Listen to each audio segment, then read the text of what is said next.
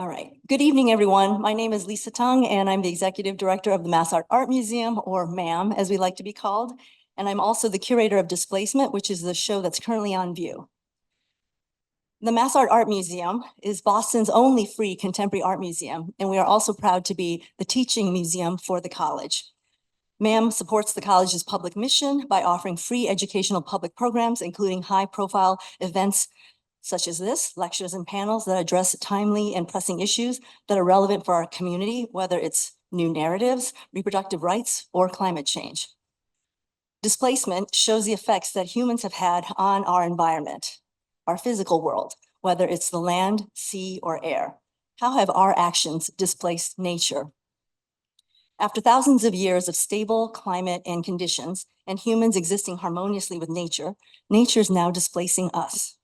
This is seen through the increased atmospheric temperature, rising sea levels, unpredictable weather, melting permafrost, hurricanes, and forest fires, wildfires. The 9 artists in displacement show some causes and effects of climate change. After tonight's program, we invite you all to come back to MAAM, where we'll keep the museum open till 8:30 so you can see the museum exhibition at your leisure. Tonight's program, The Art of Climate Action, Creativity at the Forefront of Change, is a moderated conversation followed by audience Q&A. It's now my pleasure to introduce tonight's moderator, Mary Kay Grant. President Grant is a national leader in public higher education with more than 30 years of experience championing the arts, deepening community partnerships, cultivating civic engagement, and fostering access, diversity, and inclusion in higher education. She's also the board chair of National Campus Compact, secretary of the Association of Independent Colleges of Art and Design, and a member of the Ed Vesters BPS Arts Expansion Arts Advisory Board. She's also the vice chair of the board for the Norman Rockwell Museum and is a regular guest on GBH's The Culture Show with Jared Bowen. So please join me in welcoming Dr. Mary Kay Grant.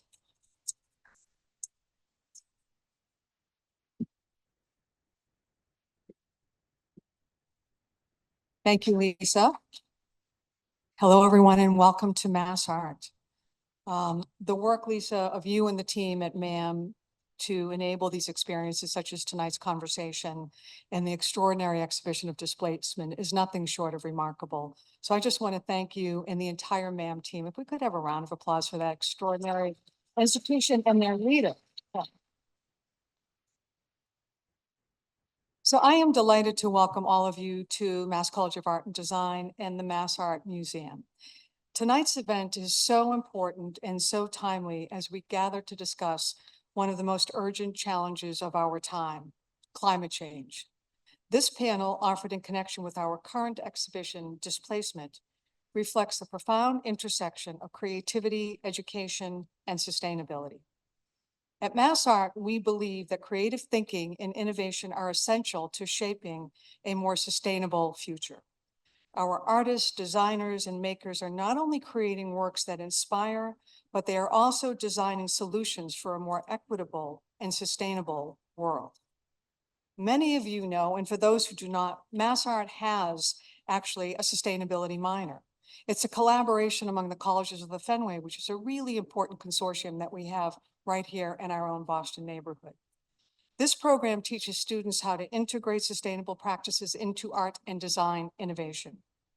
As communities across the globe recognize that human activities are threatening the natural world, it has become more important than ever for artists and designers to engage with that community, to help us lead in these areas, to bring conversations to the forefront around sustainability and creativity. These are not binary. These are mutually integrated with one another, and to lead in these spaces.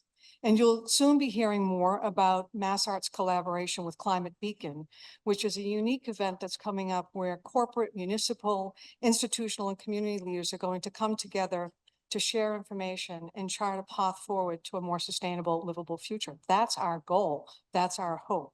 And Mass Art is a partner, and this is taking place October 17th to the 18th. And our students and alumni will be exhibiting work from programs across the college, including our sustainability minor, ranging from fashion to water filtration. So really powerful, high impact work happening. And I cannot be more clear that creative education is fundamental to the creative economy, which plays a critical role in addressing climate change and transforming the way we live and work, respond, and adapt to these challenges. And that is why the work we do in the classroom, the work we do in our communities, the work we do in our studios and our homes is so important. It is vital to advancing this essential, critical, necessary, urgent global issue, and why discussions such as this one this evening are so important. So I'd like to extend a heartfelt thank you to our esteemed panelists who have joined us this evening. We are fortunate to have with us Michael J. Bobbitt, Executive Director of the Mass Cultural Council, Spencer Glendon, founder of Probable Futures, and Melissa Hoffer, the Commonwealth of Massachusetts' first ever climate chief. These thought leaders bring invaluable perspectives on the intersection of climate, creativity, and policy. And I'm honored that I get a chance to moderate this wonderful conversation this evening. After the discussion, as Lisa mentioned, there will be a Q&A session. And if you have a question, please do scan it in advance into that so we can bring them into the conversation when we wrap up. So I'm going to begin with some introductions and then we will start our discussion. I'm thrilled that we have Melissa Hoffer with us. Melissa is a lawyer who is currently serving as Massachusetts' first ever climate chief, overseeing the Office of Climate, Innovation, and Resilience. Hoffer is the principal policy advisor to the governor on all matters relating to climate, and leads the development and implementation of policy across the executive department, agencies, and offices. Thank you, Chief Hoffer, for being with us this evening on this very busy evening. And I know that you have to duck out a little bit earlier, so we are grateful to have you with us. And thank you for the leadership you're providing to the Commonwealth on this critical, important issue. Next to Melissa Hoffer is Spencer Glendon. Spencer is the founder of Probable Futures, a nonprofit climate literacy initiative. Probable Futures makes climate science accessible and understandable so that everyone, everywhere can think about climate change in practical ways and prepare for what's to come. It's a design-minded approach to how we look at these complex issues, driven by data. And Michael Bobbitt, Spencer, thank you for being with us this evening. Really appreciate it.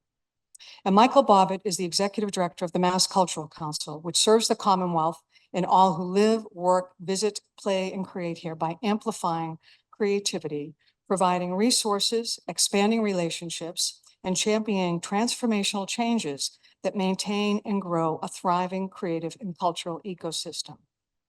Thank you all for being here and for your commitment to this conversation and to this shared responsibility to do this work together. I'm going to grab my seat and we're going to start our conversation.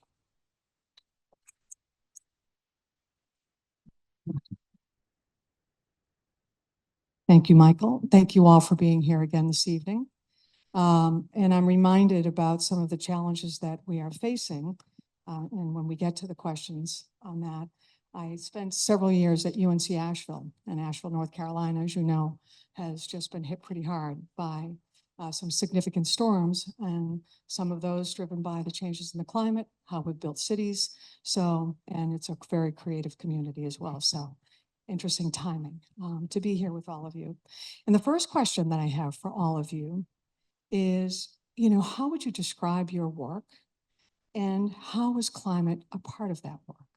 Now, Melissa, it may be pretty obvious as the Chief Climate Officer for the Commonwealth, but maybe we could start with you, and just how would you describe your work and how climate factors into that for you on an everyday basis? Thank you. And thank you so much, President Grant. And I also wanted to thank Lisa too for organizing this event tonight. I'm really happy to be here with all of you, and hopefully we'll get a chance to talk about it. But it's so important to have arts be a part of what we are trying to do with climate and such incredible potential. So appreciate what's happening here. And I loved having the opportunity to come a little early and see displacement. I thought it was really extraordinary. So thanks to all of you.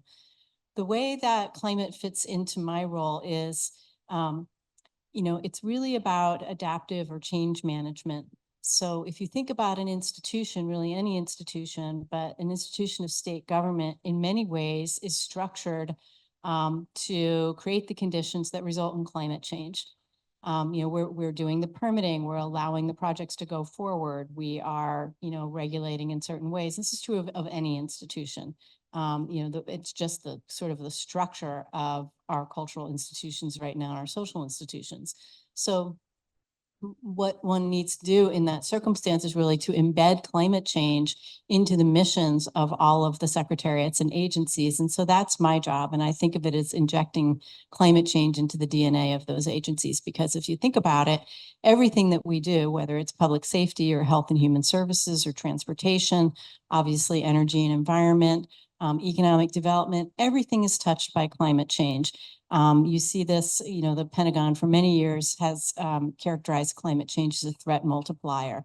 Everything that we do will be affected by climate change. And so it's really important for all of our institutions to start recalibrating in a way that they can do two things. One is begin to understand that all of the services that we deliver, all of the actions that government does, all of the funding that we do, the ways that we invest in infrastructure, for example, that's all going to be affected. We have to start thinking about how to change that quickly. And then you have to shift the management structures to do that.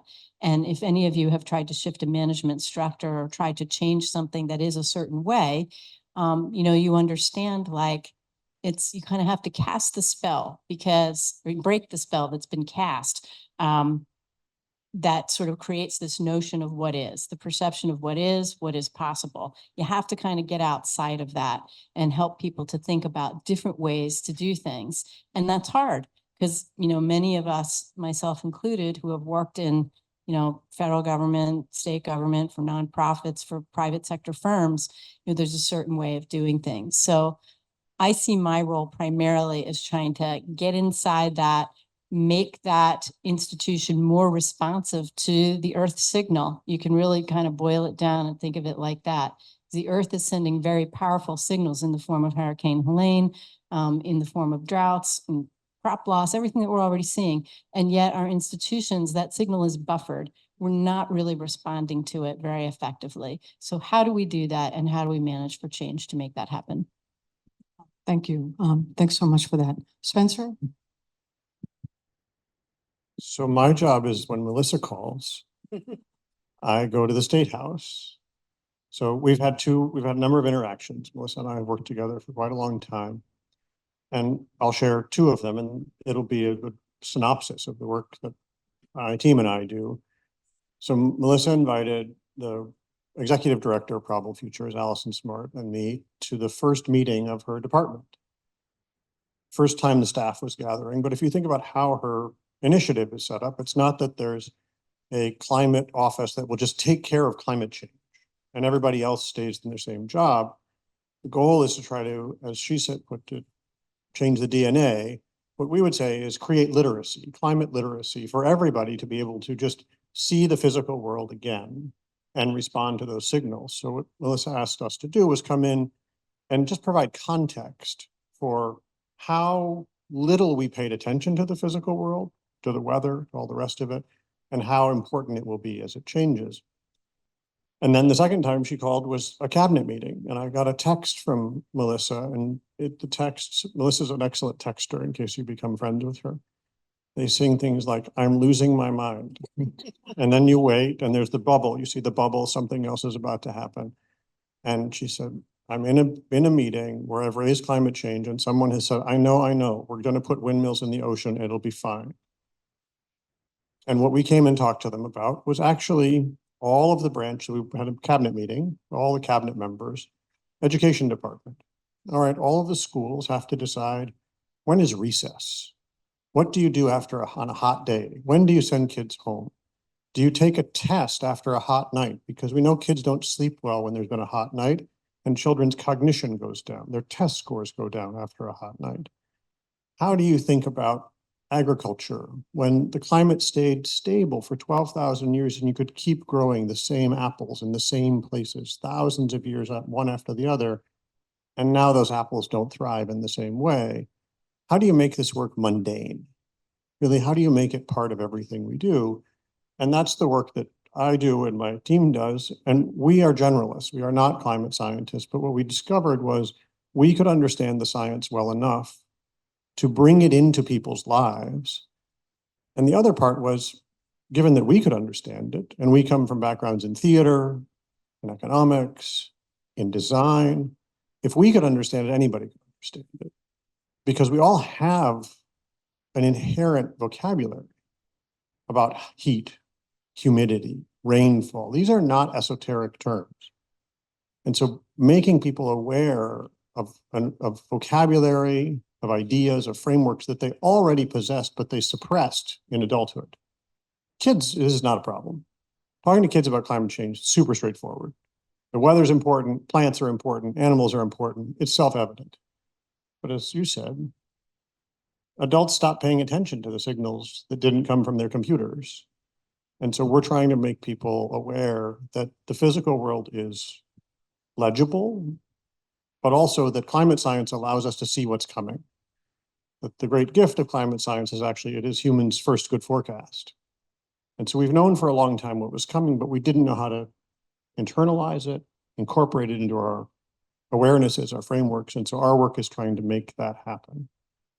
And seeing new people find their own ways, as in the show Displacement, find their own ways to look at the physical world and help us all see it again, I think is exciting.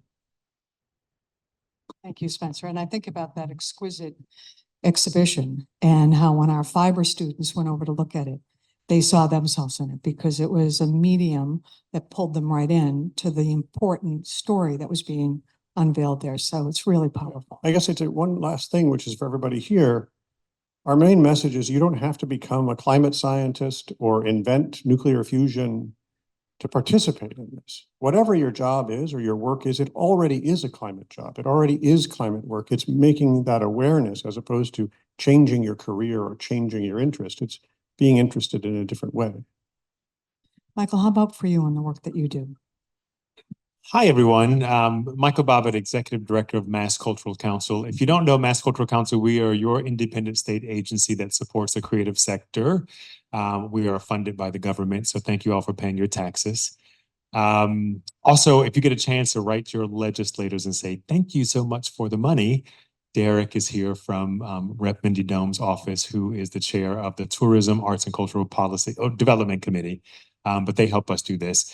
I think so. One, we do fund a lot of projects across the state that are doing work at the intersection of climate and arts and culture. Everything from festivals to films to sculptures to theater pieces, concerts, all sorts of things. We also have a cultural facilities fund that is funded through the state's bond money, and this supports. I think recently we've funded in the last 5 years 451 capital projects around the state for them to upgrade to more green usage in their cultural facilities. But the other thing I will say is that what I think of as how the arts can support climate issues is that, well, first of all, any social movement in the history of humanity has always had arts and culture at the center of it. If you think about any social justice movement from the civil rights movement, you can't think of the civil rights movement without hearing those songs. The LGBTQ movement, you can't think about the music and the art and the theater pieces, the AIDS epidemic with movies like Philadelphia and plays like Angels in America and Keith Haring and Basquiat. We are always there. And when I was a kid in the late 1900s, we had Hands Across America and Farm Aid and We Are the World, really sort of using art to elevate these big civic issues. So I think when it comes to climate issues, we can help elevate the importance of it. And I was telling Spencer earlier, I was at a meeting about the windmills in the ocean, as you mentioned, and I was having a hard time keeping up with the conversation. But what happens for us regular folk that are not deeply in the climate world when an artist comes in to help us translate what all that means? So I think we're essential in this. We do use a lot of energy, and there are, I think, ways for us to sort of cut back on our carbon footprint. At Mass Cultural Council, we're gathering information to start thinking about how we can help support the sector with some training. We had a great meeting with the Executive Office of Energy and Environmental Affairs today to start thinking about how we can partner on some of this. I'm also looking around the world to see that in some places in this world, you can't get a grant from the government's Arts Council without having a climate action plan. And so there are things we can do as arts organizations to cut back on some of those usage of fossil fuels and such.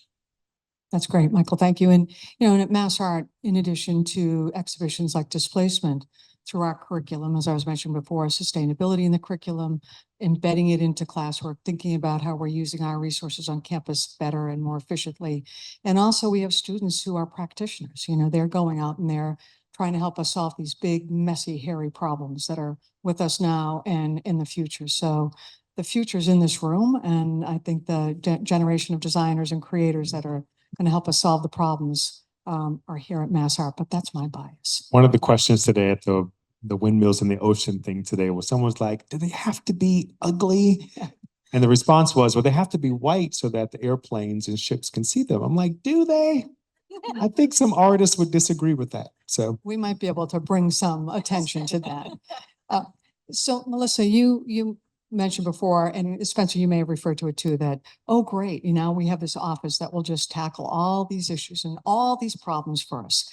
But how do you respond to that? Because, being in this first office, it's a commitment. It's a really important commitment. I think that the Commonwealth is demonstrating, that this governor is demonstrating to address this. So how do you engage others in that and bring that coalition along with you to be able to do a whole government approach so that we're all taking this seriously? Yeah, no, it's a great question. So this office was established by something called an executive order, which is an action that a governor can take. It was actually the first executive order that Governor Healy signed on our first day. So that gives you some sense of the first day as governor. So that gives you some sense of how she prioritizes this issue. But within that executive order, the way that it's structured is it actually sets up responsibility within each of the secretariats. There's a person who reports directly to that secretary who's responsible for implementing their climate measures. So the state has a pre-existing legal structure. Massachusetts was one of the first of a handful of states in 2008 that passed a Global Warming Solutions Act. And we have a pretty sophisticated clean energy and climate plan that takes us out to 2050. And then in 2021, there was a subsequent piece of legislation that was passed that put into law our obligation to get to net zero emission by 2050. So what that means is by 2050, any remaining greenhouse gas emissions that the Commonwealth has to be offset by negative emissions. That might be things like expanded forest reserves or protected wetland areas or regenerative farming practices or other things that would offset our emissions. So we have to do it. It's a legal mandate that the legislature has given us. So the way that my role comes into play is that I work with these folks in the other secretariats and with the secretaries directly. They're called Secretariat Climate Officers. And so that executive order also required me to provide to the governor at the 6-month mark my recommendations for, where are we doing good? Where do we have gaps? What do we need to be doing? And so you can read my 86-page single space report if you're feeling awake one night and you need something to put you to sleep. But what I tried to do with that is give some trends generally and some barriers, the big ones that we see, things like supply chain for the build out of the offshore wind industry in Massachusetts. The economic development opportunity with all of this is really massive for Massachusetts. But the two things that are most central for me right now, I've been thinking about how to finance the transition and also how to finance and fund resilience. And I just want to say one quick thing about that. Massachusetts is not alone in the fact that we have not really figured out how we are going to fund and finance the transition to net zero. And so looking at what our existing obligations are under the Clean Energy and Climate Plan, these are things like, passenger auto fleet is electrified. MBTA buses are electrified and we have the necessary charging infrastructure for all that stuff. We're decarbonizing housing. And if you think about it, the housing that we have right now, most of it's going to be here in 2050. 1 to 4 family homes are 75% of our existing square footage of buildings right now in the state, and alone are represented for almost 20% of the statewide emissions. So that means you got to go into homes and do a lot of decarbonizing. You kind of have to figure out the right mix, because we can't afford to do like a gold standard of decarb for every single existing building in the Commonwealth. So trying to really get weedy about how we're doing that and introducing some new financing models. So recommendation one was, let's get our handle on that and understand what level of investment is required to get to net zero, and then what are the funding and financing strategies. And then recommendation number two was really thinking about resilience. Resilience, for those of you who might remember, was kind of like a dirty word in the environmental world. You couldn't even really talk about it about 10 or 15 years ago because people thought it would be a distraction from reducing emissions. But now, as a physicist, Ram Ramanathan, who accompanied us to the Vatican when the governor and I had a chance to be there in the spring, we're part of a consortium of subnational leaders that came together to talk about commitments that we can take to further work on resilience and mitigation. And we signed there a planetary protocol.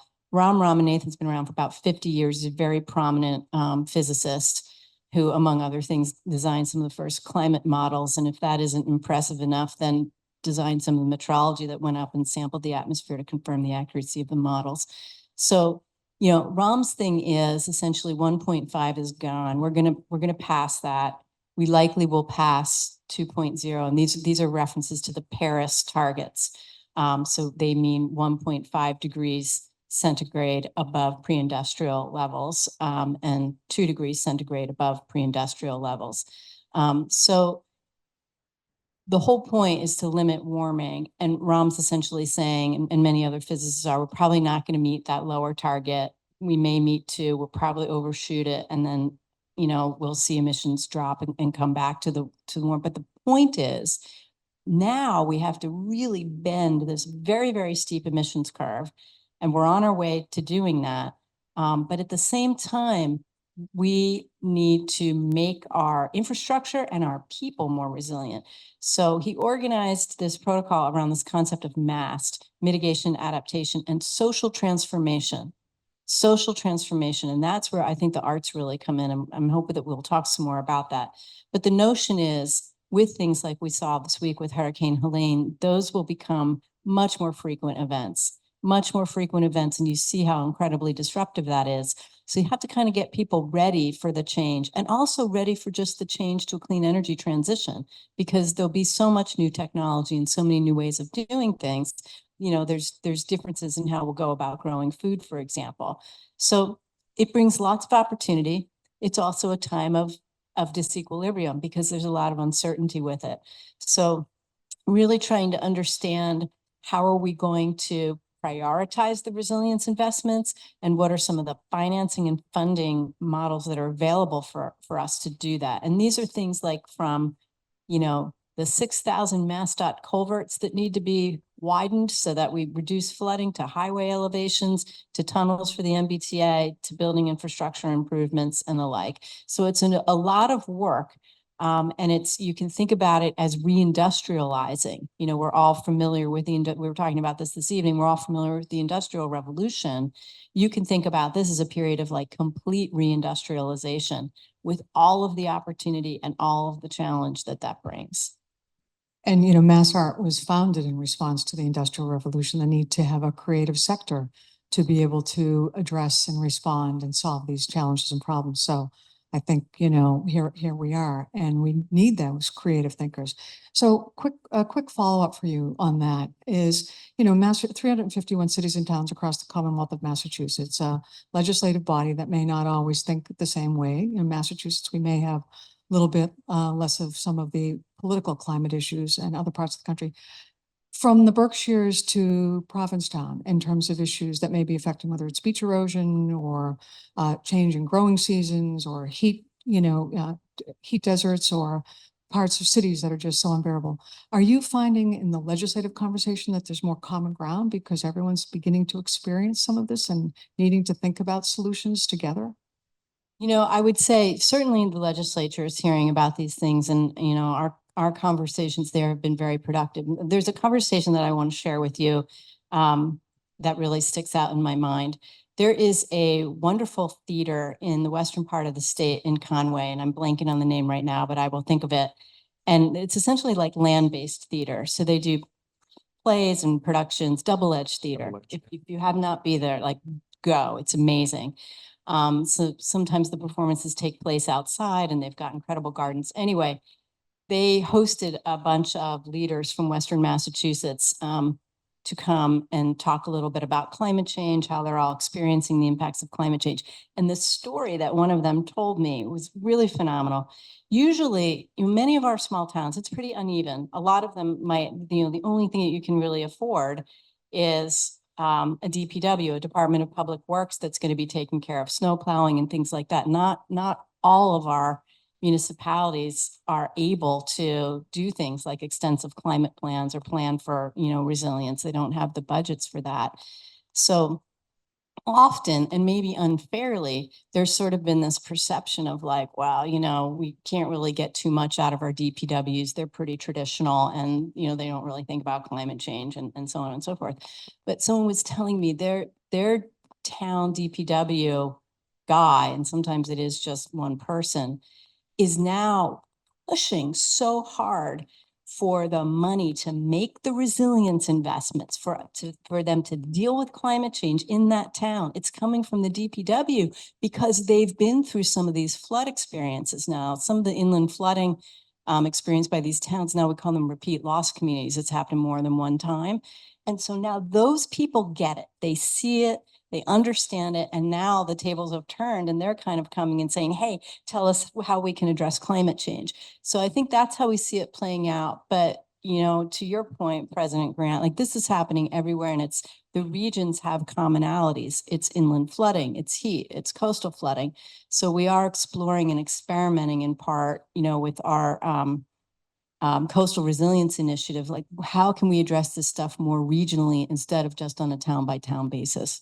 That's really I important. just got a note about Double Edge. I just wanted to read it. So the town of Ashfield was awarded $166,000 from the the Executive Office of Energy and Environmental Affairs to work with Double Edge Sword on a municipal vulnerability preparedness program. And their job, Double Edge's job, is to help the town talk through complex issues of climate, green energy, and affordable housing. So again, arts and climate are meeting. That's great. And I'll give a couple of examples. One of the things that I've come to appreciate, I grew up in Michigan. I moved here a little over 30 years ago. And Michigan is historically much colder than here. People here complained about winter, and I was like, this is not winter. This is not real winter. I actually grew up playing hockey outside a lot. And in fact, there was an outdoor rink that was just scheduled all winter. It was just a commercial business, was renting out time on the ice. That business doesn't exist anymore because it's not cold enough, consistently enough. And all around Massachusetts, we've lost the winter we used to have. So winter is from the first hard freeze to the last thaw, or last freeze, is 3 weeks shorter than it used to be in the 1970s. And you think, well, so what? Nobody's a real fan of winter, but who likes that not happening is pests, ticks, and other things have moved up. But there are all these other decisions. And so we had this conversation with the government of Fall River, and they wanted to know two things. They said, we're trying to figure out if we should even have a snowplow. Should we stop having the ability to plow the roads because we're maintaining these facilities all year long? And what we could do is just say, when it snows, we all just stay home. So you have a cultural change, which is instead of expecting every day the streets will be clear. So it doesn't snow that often. Let's not have this investment, but let's instead have snow days. And I think if you made that pitch to children, said, look, here's the deal. When it snows, we're shutting everything down and we're not even going to plow the roads. That is a cultural embrace of a change. So the other question the group from Fall River had was, can you show us the climate future of Guatemala? So, and I think I have this right, and I apologize if I've gotten it wrong, but it is a place where Fall River is a place where people who immigrate from that country come disproportionately to Fall River. And they say, we need to think about who's going to move here. We need to think about who's going to come from where. And all across Massachusetts are these communities of people who are from different communities elsewhere in the US or elsewhere in the world. And those communities are going to come here because we have challenges in this state, and they are smaller than the challenges that will be faced lots of other places. So even thinking ahead about who will move and how they will move, both of those are cultural conversations. How do we live in winter in a different way, not suppress winter, but live with it and potentially embrace it? And then how do we prepare for changes in who lives among us? Both of those are stories that if we socialize them well, if we find creative ways to tell them, we will not be afraid of those changes. We will embrace those changes and do them well. So I think about my time in Western North Carolina before it is, every year things change. When I first got there as a New England girl, used to winters, and my first day I was told that we were going to close school because of snow. And I looked out my window and I said, I could move this with a push broom. So it's that adaptation all the time as the situation continues to evolve. So Spencer, within your organization, that's a big part of what you do. So how are you getting people to take this seriously, to really think about those issues and see it as our responsibility to do something? So most of the work we do is bringing into institutions that hadn't thought of themselves as having any climate responsibility this awareness that that's true. And I have a background, I spent quite a lot of time in finance where the world has been fully abstracted. It is just exists on computer screens. The entire world has been distilled into 2 dimensions. And I worked downtown in a building, brand new building when we moved in. And I had just started doing some work on climate change. I said, this building's going to flood, like for sure. And all of South Boston is going to flood. And I talked to the Boston Properties, which owned the building. They said, oh, that's ridiculous. You're not an expert. I said, well, I've just been reading, I see the ocean, it's right there. And it seems like if it moves, we're going to get wet. And they said, well, we have access to all the world's experts. So they indulged me and brought in all the insurers. And all the insurers came and they had all these maps and they said, we guarantee that this place is not going to flood for 50 years. It's like, not going to happen. I said, I don't know. It's right there. Like we're looking at it. It's right there. And it's going up. And so I quit. And 4 days after I quit, the parking lot turned into an aquarium because the storm on early January surged water into this building.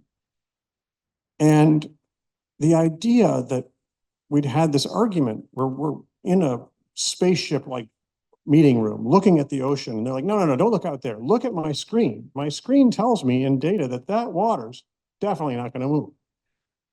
And so there's a way of telling people you've been foolish in a way that's literally laughable. And it's disarming, but it's often circuitous, which is that people say, well, no, I don't know. It's a big problem. And I said, well, what about your kids? Like, no, my kids are real interested in this. And I said, are your kids stupid? And the CEO, I've asked many CEOs in America whether they have stupid children. And they're like, no, my kids are brilliant. I said, so your kids are brilliant and they're really interested in this. What is your reaction to that? Long silence. And then they tell me about their home or where they go on vacation or something that means a lot to them. And I say, well, seems like you're thinking a lot about this for your family, but it doesn't seem like you're thinking about this for your job. That seems like a mismatch. And so it's often the case that the way into this conversation is to take them out of their workplace first, get them to see it from outside and see their own lives, and then it can come back in. And so that's been a very successful gambit. I mean, just this morning, we did a teach-in for board members of Fortune 500 European companies in Europe. We did it on Zoom from here. And we just talked to them about the places they like to go on vacation. we asked in advance, got some inside information, like, you really like this place. Well, it's not the same. And the end of this is essentially to say, we invoke not business, not institutions, but civilization. Civilization was built on a stable climate. Humans didn't settle until the climate stabilized 9,500 years ago. We didn't have specialization until the climate stability made things easier for us. And so saying, do you like civilization in general? Because that's the context for whatever your work is. And it depends on the world not being chaos. And so what I like about the work is I come in and people say, oh, you're a finance guy. And I say, let's talk about your children. And it's a way into their actual decision-making. About what's something that really, really matters to them, as you said. Michael, you're involved you work with creatives all the time. So when creatives come to you with applications for project funds, are they thinking about this? And then how do you introduce it into the conversation with them around the work that they're doing and the impact that they can have through that work? Yeah, many of them do. I mean, many of them are already, their organizations or their personal aesthetic is really that intersection of art and culture. And I have dozens of examples. I won't bore you with the detail, but hundreds of applications every year that we fund around the state. I think my conversation with artists and actually with people outside of the arts, I mean, that's where I think my work goes. How many artists are there here in the room right now? You're superhuman people. You have like special powers to see things that don't exist. The fact that you can open up a blank canvas and see something on that canvas that mere mortals cannot see, or look at a brutalist column and imagine a painting on it, or take vibrations from the air and put them through your body and send them out as music and make people dance and stuff. It's superhuman. And all the people working in climate need that power.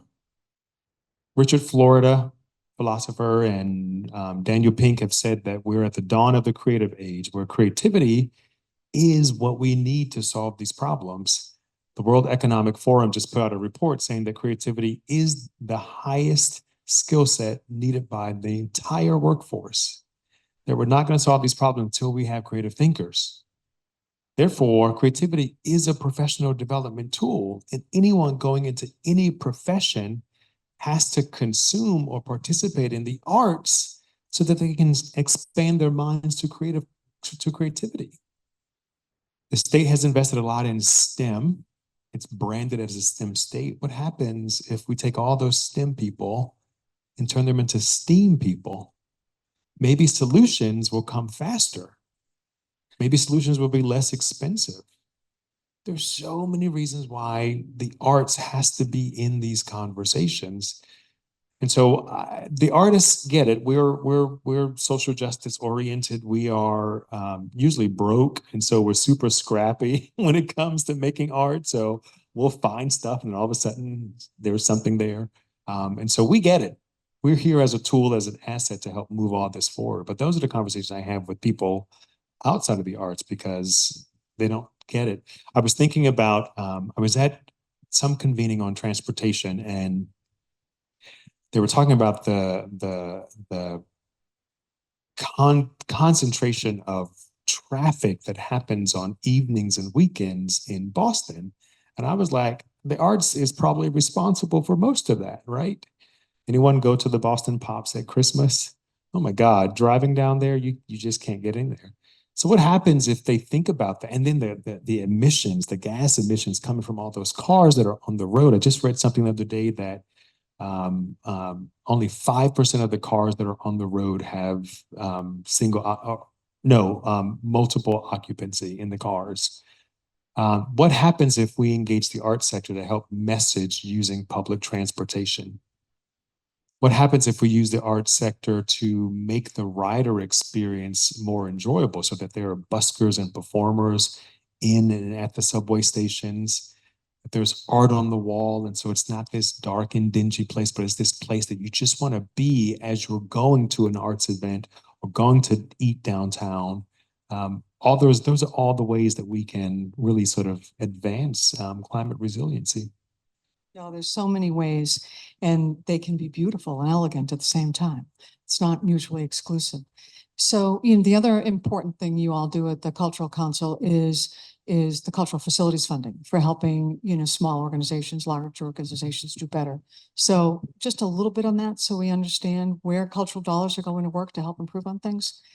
And Yeah, but we a couple of years ago we started offering workshops with let me find that note. Thank you, We'll see you Melissa. soon. Bye. I can't call her Melissa.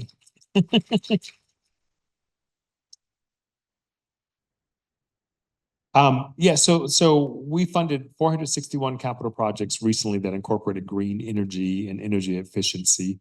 We've also been working with training with a group called Mass Save to help arts organizations that want to greenify more so that they have some training. We're going to scale that up in the coming years and probably put out, I tend to take our social justice goals and separate them out. So we have a racial equity plan, but a separate Native American Indigenous equity plan and a separate disability and deaf equity plan, because I think those things need specialty. So I want to come up with a climate justice plan to sort of really see how we can support arts organizations that maybe don't have the resources to learn all this sort of stuff, and then find ways to support them in their work and do. I mean, you go to the theater and there's a printed ticket that you get from the box office, and then 3 feet later you give it to someone else. What a waste of energy, right? We all have these. And so why are we printing tickets? Why are we printing playbills?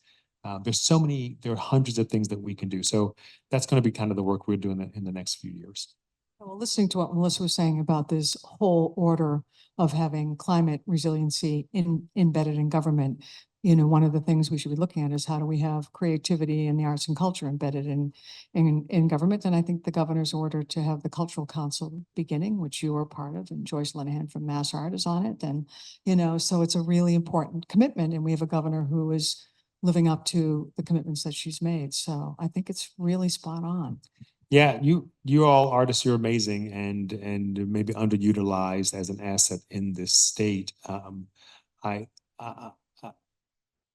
Yes, Yeah. there's just so many in every single aspect of life in this Commonwealth, and every single aspect of arts. There's something that the arts can do to support the goals. Have you all heard about the arts prescription program that we launched? So if you haven't, we just launched a statewide solution whereby healthcare providers can prescribe 12 doses of arts and culture to their patients, and it's paid for by third-party payers. What? I want 12 doses of Beyonce concerts. So, and that's really, thank you for the leadership on that, because it's really a wonderful cutting edge innovation, which is going to make a difference. So thank you for that. Make a huge difference. Spencer, you talked before about looking out the window and seeing, pointing to the evidence, the ocean right outside. Melissa talked a little bit about some of the issues community by community, but if we were to just look at Massachusetts, how are we seeing the climate changing, and what, if you had your crystal ball out, what are we going to continue to see? So the interesting thing about climate science to me is that it is intuitive. And I did not expect that when I started working on it. And the forecasts of what will change are pretty clear. And so I think it's good to orient yourself. We've said the word climate easily 100 times. I think it's good to know what the climate is. So climate is a range of weather patterns. There's sort of an average, and then there are these tails, which is to say there's what's common and what's rare. And for thousands of years, the climate in every part of the world was pretty stable. So it was different in P-Town than it was in Dartmouth, and different than it was in Winchester, and different than it was in Lowell. All of those places had physical dynamics that had to do with their relationship to the sun, the relationship to the ocean, the relationship to mountains. So that weather moved through those places in ways that were variable. New England weather is historically variable, but those variations were familiar. So the range was familiar. And what's changing is those ranges are changing everywhere. So you talked about what happened in Asheville. What was inconceivable in Asheville is now just a product of pretty random, pretty predictable physics. So let's start with some simple physics. I know you were really hoping that you'd spend a weeknight learning physics in an auditorium. That was what you signed up for. But I think it's worth knowing that every 1 degree centigrade warmer that air gets, it can hold 7% more water. So this is why as it gets warmer, it often gets more humid at the same time. So we feel this. So Massachusetts weather has become warmer and substantially more humid. So our climate now along the eastern part of Massachusetts is very much like what used to be Washington, D.C.'s climate. Almost exactly the same to what Washington, D.C.'s climate was 30 years ago. It's shocking. The summers are warm and sticky, and the winters are uneven and shorter. Further west, you have more intense rainfall that is also a product of this warmer air holding more moisture. So the air can pull more moisture from the ground or from the ocean and then hold it for a long time and then dump it out in buckets. And so what we're losing, you may have noticed, is showers. It rarely rains gently. It either doesn't rain or it rains like crazy. That's actually what was supposed to happen. That's what the forecast said quite explicitly. Now imagine you're a farmer. What would you really like? You would like gentle rains in the early part of the summer, and then warm sunshine without much rain the second half to harvest, for things to really mature. What we're instead getting is these long dry stretches and then intense rainfall and these inconsistent patchy winters. And in each place, that means that almost every city's storm sewers are too small, because we built the physical world around those old ranges, and now we're outside of those ranges. It's like clothes that were, I think I'm just using it wrong. It's not, one of us is comfortable being on a stage.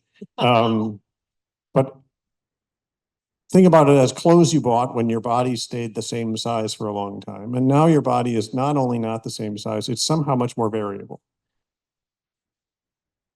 And so things don't fit anymore. And so the climate analogy for this is, are we really going to wear elastic pants for everything?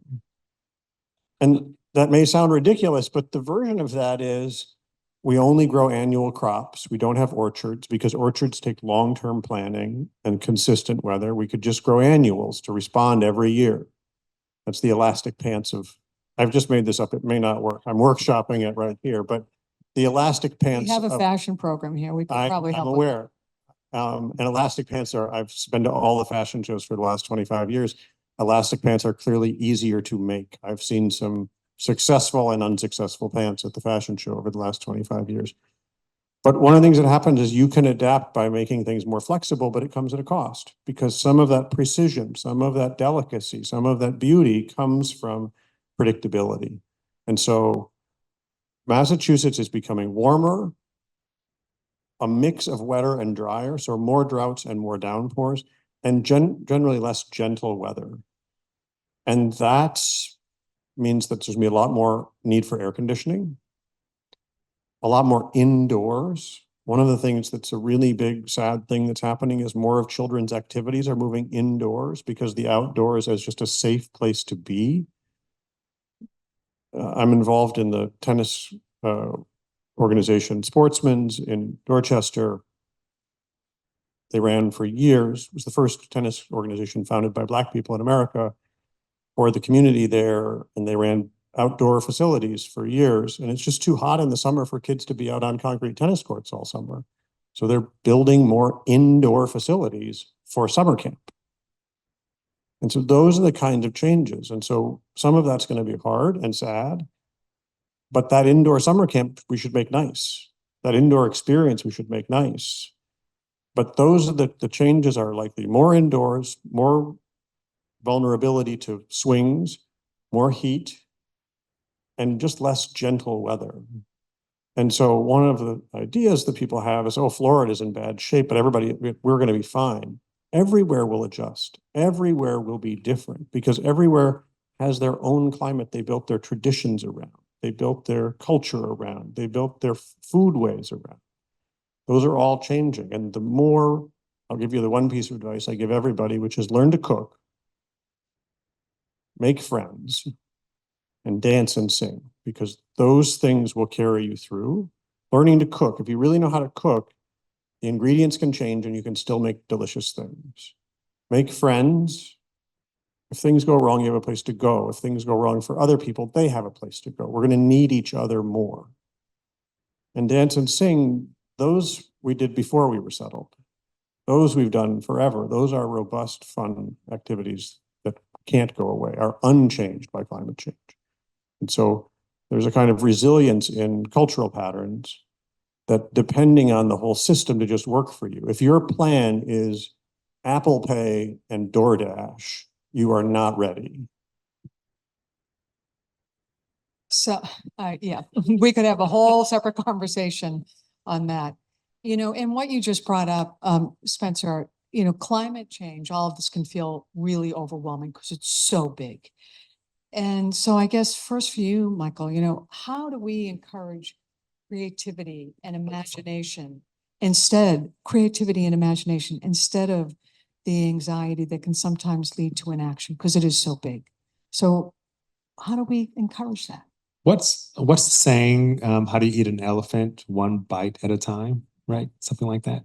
I don't know. You actually reminded me that what Phil from Modern Family says, sing until your throat hurts, dance until your feet hurts, and act until your William hurt. It's hilarious. I don't know. That popped in my head to share it. There's I'm a big William Hurt fan, by the way. yes. There's a book I read called The Devil Never Sleeps, because he don't. Julia Kayam? Yes, amazing book. And she has a sort of a metaphor that she calls left of boom, right of boom. Boom being the eventual catastrophe. And her thought is that people, government, organizations, entities tend to respond after the catastrophe has happened, right of boom. They react after everything has happened. There's very little work being done before it happens to prevent it from happening. And that's why I think, again, where creativity comes in. In my mind, again, I keep saying to me, it's an essential, creativity is an arts and culture are essential health and human service, but it's also an essential professional development tool. In my mind, if we can push forward with legislation around STEAM and infrastructure around STEAM so that everybody, from the first moment you go to school, you are being consumed with arts and culture so that you're expanding your creative mind. What that will do is that will translate further on. I think personally, like before you get into college, your college application has to have you talk about your creative practice. I think that on your job interviews, I talk to a lot of CEOs at Chamber of Commerce meetings and other gatherings with business community, and they get mad when their employees don't have ideas to fix this problem, but they didn't vet them for creativity when they hired them. And so if we can think of it as a professional development tool, it may help us all to get this thing in our body so that when whatever job we're on, we are just always creative. And I think that's how we're going to get each person to think about these things. I would just say two things about this. So first of all, in an arts community, I've had the pleasure of knowing a lot of artists over the years. And I've known very few artists who are motivated to be artists because they think society is already perfect. Like most people who go into the arts think this could be a lot better. Like this is not going great. They are cultural critics. They are keen observers. They are attuned to what isn't beautiful, what isn't right. And in a way, I think that should make them well equipped to deal with the fact that the world is going to have a bunch of problems, but those problems are specific. And this is the word that you used, I would avoid, is anxiety or catastrophe. I do think fear is a very useful emotion. Fear of a specific thing that you can do something about, as opposed to a vague anxiety that the future is going to be lousy or catastrophic. But instead, all right, it's going to snow less. What do we do about that? The specificity of it makes it tractable. And so I think this idea of not treating it as, I understand that calling it a climate crisis is accurate and may be helpful. But people are going to live, I generally don't like the term because everyone here is going to live in a changing climate for their entire lives. And so naming something that will be the rest of our lives a crisis is pretty debilitating. And instead, we're going to be living in a changing climate. Let's figure out how to live well, as opposed to being sad about what was and saying, okay, we're going to move forward from here and try to live well. The second thing that artists are great about is wonder. And what I think we've deprived ourselves is of wonder in the physical world, wonder of the natural world, wonder that this place exists at all. And this appreciation that it's still an amazing place to live. And so this idea of, on the one hand, acknowledging fear and addressing it, and on the other hand, experiencing wonder in the physical world, wonder. So Steve Torlentis is a key person at Mass Art, and he and I send texts back to each other just of clouds, pictures of clouds. And I totally encourage you to find a friend with whom you're going to send pictures of something in the world that just is kind of amazing and beautiful. We don't look around enough. And you could bring our attention to that. And so if you have this mix of fear and wonder, I think we'll be in great shape. And artists are great at both of those things. I think that's great. Steve has never sent me a picture of a cloud, so I'm going to have to talk to him. But beautifully said. So, this is Massachusetts College of Art and Design.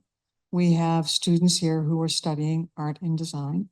Last night, one of our esteemed graduates, Tammy Dayton, who is in the audience, received the AIGA Fellow Award for Design, and she's part of the team at Probable Futures. So and yay, Tammy, congratulations. As did Darren Bascom, our incredible vice chair of the board, who's also another talented creative. So what is the responsibility or the opportunity in design to be addressing and tackling these problems of climate change and the opportunity of adaptability and resiliency? Spencer, and then to you, Michael. So I think Tammy and I have talked a lot about this. I'm going to say something that's very unwelcome at Massachusetts College of Art and Design. Just, I think we've gotten very good at entertaining ourselves with fabricated things, and we appreciate the natural and physical world too little. And there is a notion that has become very attractive in technological world that we'll just live inside, and that will be fine because we will create visual two-dimensional beauty to opiate ourselves or to stimulate ourselves. But there's an argument to be made that how many of you know the story of Plato's cave? Good, some good hands. So Plato's cave is a metaphor for people inside a cave who are looking at shadows on a wall at the end of the cave, and they don't realize that the light is from outside. What they're seeing is a play of shadows moving across from people walking around outside, having a life. They're in the cave. They're just looking at the shadows. They're not in the physical world. They're not outside the cave. And Plato's goal is to help them realize they could turn around, walk outside, and be in the light, not just be seeing the shadows. I think we've made really compelling shadows. And getting people to go outside and look around and get wet or get sweaty or get dry or whatever it is. And I'm sure I've used a whole bunch of inappropriate memes all of a sudden now, but that idea that the design world needs to reacquaint itself with the majesty of a tree could be one place to start. And then I think the other is that, so one thing we all have in common is we're all the same body temperature. And we all get unwell above a certain temperature or below it. I think some things that divide us less, this is a communal problem. This is a social problem. Every good solution to climate problems is pro-social. is connective, is getting together. And I think that design that can treat us less as individuals and more as groups, make us more aware of community, I think would be great. And that's not what most designers are currently getting paid to do. They're getting paid to identify individuals. And so to the extent that design can make us appreciative of the natural world and connected to each other, it will be a great civic service. To the extent that it opiates us and isolates us, it will make it very hard for people to care very much about the plants and the animals. That's great. Michael? I was giving a keynote to a room of about 300 people last week, and I had made a gross comment that the room did not like. I said that artists tend to self-segregate, and there was like, "Arr, arr." And so I said, all right, I'm going to prove my point. And I asked them all to raise their hand if they believe that arts is good for health and mental health and physical health. And every single hand went up. And I said, all right, keep your hands up. How many of you all have been to a healthcare convening in the last year? And in that room, all 300 hands went down. And my point was that we have a product that healthcare needs, and we don't often show up in their rooms. We're comfortable in rooms with ourselves to talk about the problems with our peeps because that's what we are. My point to that is that I think one of the responsibilities of artists and institutions like yours, and I know you're doing the work, but other institutions, to me, anyone getting a degree in art should be required to take coursework in civic engagement and how arts can work not only for the aesthetic value, but for the practical value. I also think anyone getting a degree in art should have many, many credit hours of business, because if you want to capitalize, which I know is a dirty word in a room with artists, but if you want to capitalize or commercialize your work, you gotta have those skill sets. I don't love the term starving artists. That may be a self-inflicted term, and I think we need to like stop that. So I think that's part of the work that we have to do. We have to show up in their spaces to say we're here as a solution. I think there's funding for us in those solutions. I was just saying to President Grant that support for the arts, increased support for the arts is not going to come from the arts sector and the usual suspects that support the arts sector. It's not going to come from that. Philanthropists are rerouting their monies to other issues. Support for the arts sector is going to come from those sectors that we have outcomes in, like education, in health, maybe climate, maybe transportation. So we have to change our behavior and start going to those rooms so we can help support the work that they're doing. And again, it doesn't mean that we have to not do art for art's sake, but we also need to do art to help other things. That's great. This has been a beautiful conversation, creative conversation, and Melissa was spectacular. And so I just want to thank you for this, for the encouragement. And I think about, you may all be familiar with the National Geographic project that's taking photographs of animals and species that we're losing. Powerful, moving, beautiful, a gorgeous portrait of a lion and an equally gorgeous portrait of a field mouse. And I think to your point, Spencer, we should go outside and find the field mouse ourselves, right? But those photos matter, art matters, design matters, and creating those experiences for us to care more matters. And that's what we do here at Mass Art every day and what you're doing in your work. So I want to thank you for your commitment and doing this work in such an elegant and beautiful way, because it's so important. And I know we want to open it up to some questions, and we have a little bit of time for that. And I believe that Brian is going to come up and help us manage that part. But could we have a warm round or a climately appropriate round of applause for our great panelists?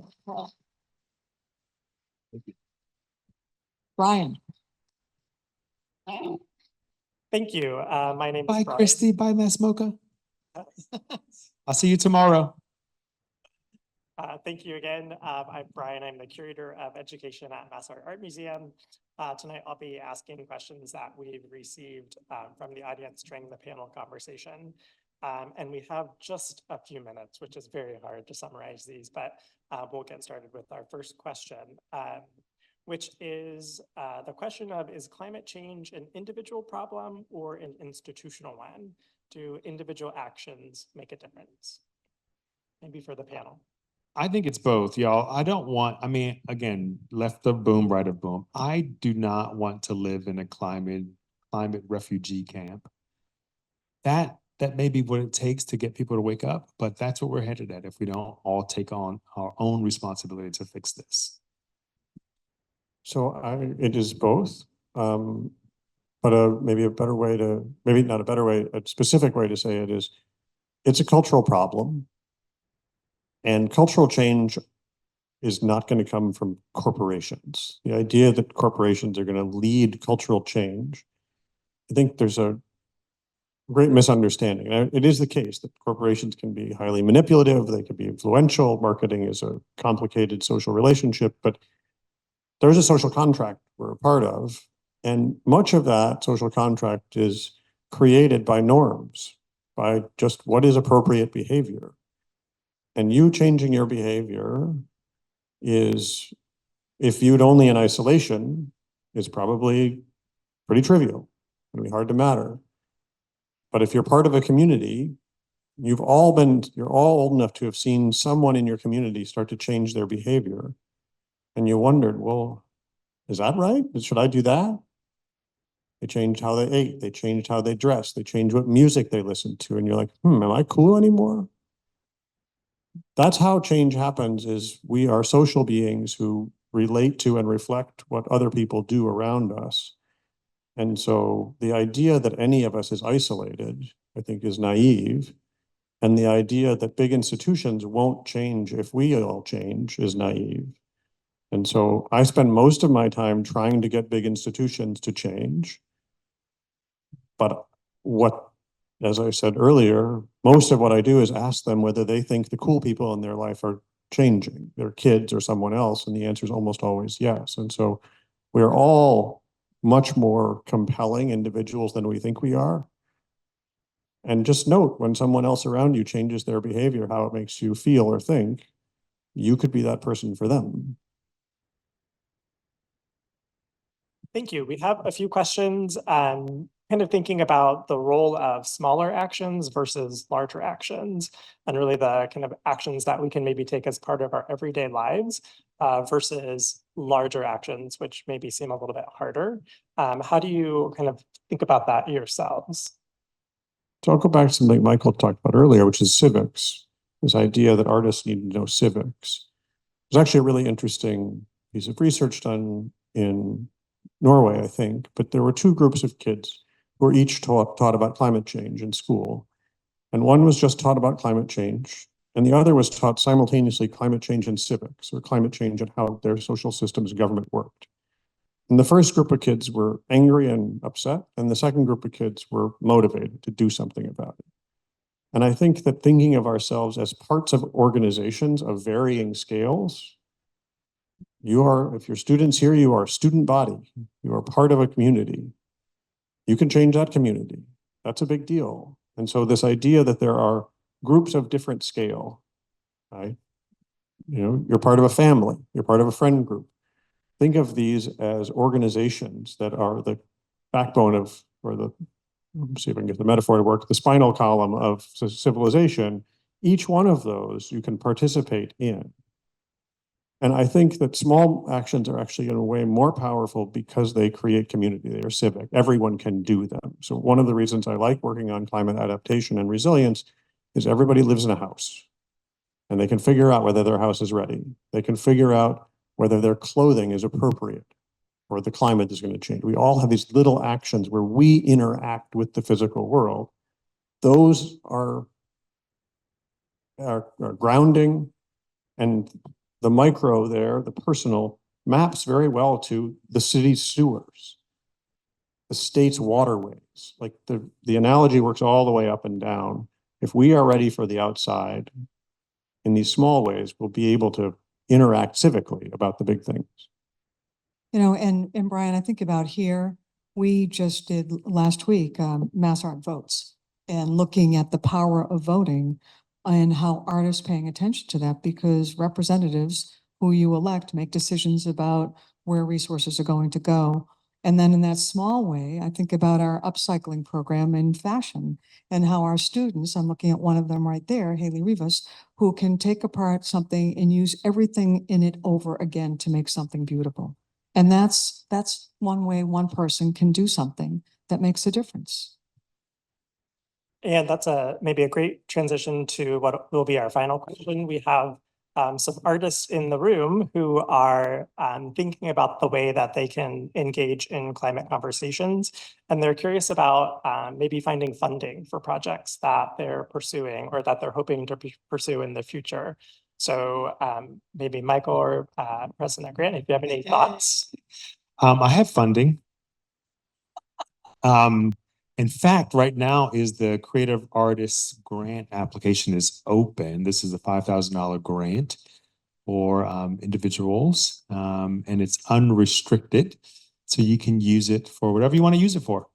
You can use it to pay your rent or buy groceries or make some art projects. But I think as an artist, one, I do want you to all think about the fact that grants are not the only way you can finance your art.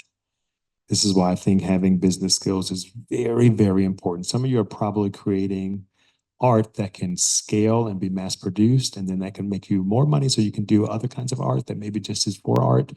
But I do think as an artist, you should probably spend a good hour a day looking for funds to afford your career. So there's plenty of money out there. Don't look again, as I said before, that I think funding for the arts may not be as wide as it is in the art sector. But that grant from the Executive Office of Energy and Environmental Affairs is one way where other departments are now thinking about how arts can support their work. So there probably is money out there that you don't know about, but you got to like get out there and dig and look for it. Well, and I think it's also, Brian, putting the skills in art and design to work in a range of different sectors. Because artists and designers can show up in corporations, they can show up in, legislative committees, they can put that importance, classrooms. So the economy out there is supporting it in other ways, in addition to coming together to approach funders or to build community, Spencer, as you were saying before. Yeah, I'm maybe meeting soon with the Mass Retail Association, the Mass Lodging Association, and the Mass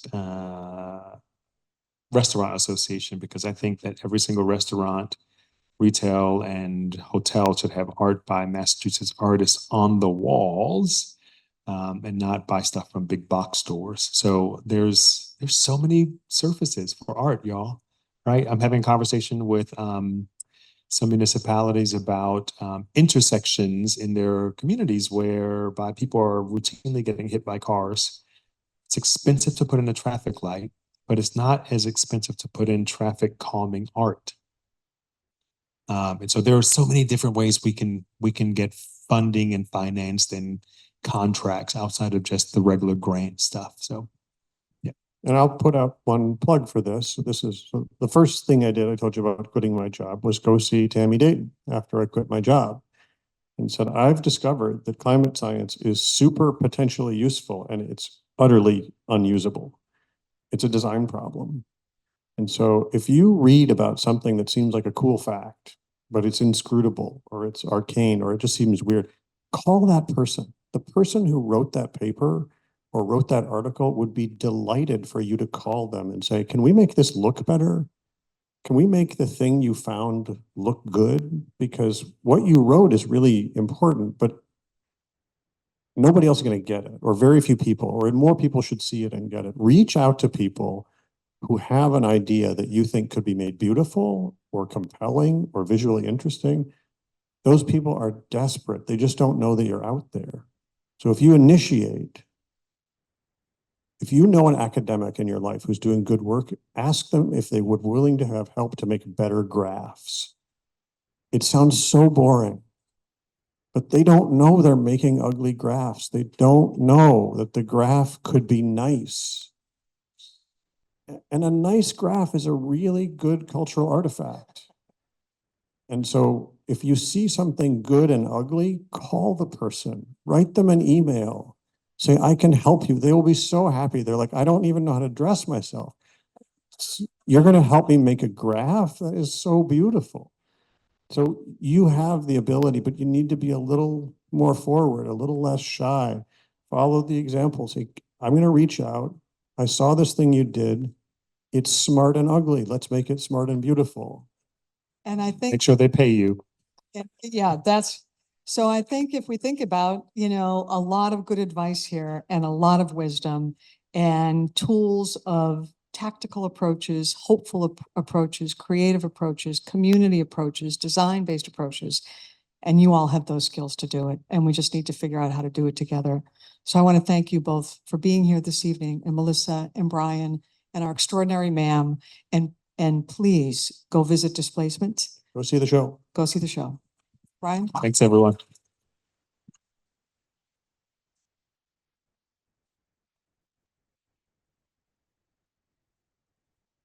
So again, thank you for joining us this evening.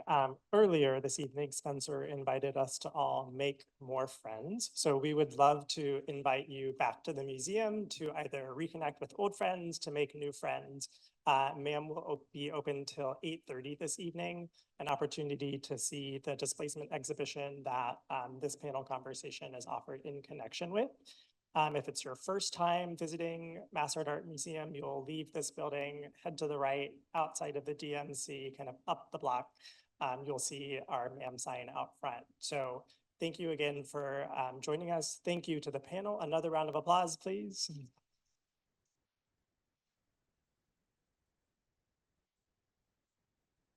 And we'll see you back at Massard Art Museum.